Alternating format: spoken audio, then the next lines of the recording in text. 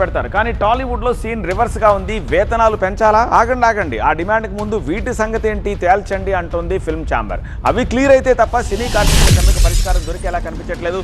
ఆ బ్రేకింగ్ ఇది. అందుకే టీఎఫ్సీసీ పెట్టిన ఆ డిమాండ్ల చుట్టే ఇప్పుడు వివాదం అంతా నడుస్తోంది. టాలీవుడ్లో సమ్మె 5వ రోజు షూటింగ్స్ కొనసాగుతోంది. మంత్రి కోమటిరెడ్డి దిల్ రాజు తోటి ఇవాళ జరగాల్సిన భేటీ కూడా వాయిదా పడింది.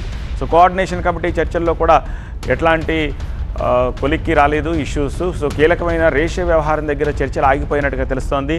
డాన్సర్స్, ఫైటర్స్ విషయంలో రేషియో అమలుపై పీఠముడి నెలకొంది. ఈ రేషియోను ఒప్పుకునేది లేదని ఫెడరేషన్ తేల్చి చెప్పింది. ఆ సంగతి తెలిస్తేనే అసలు వేతనాల పెంపు గురించి మాట్లాడతామని నిర్మాతలు అంటున్నట్టుగా తెలుస్తోంది.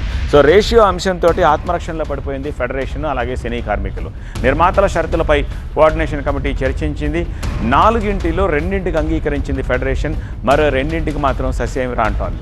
దాంతో చర్చలు నెక్స్ట్ మీటింగ్కి వాయిదా పడ్డాయి.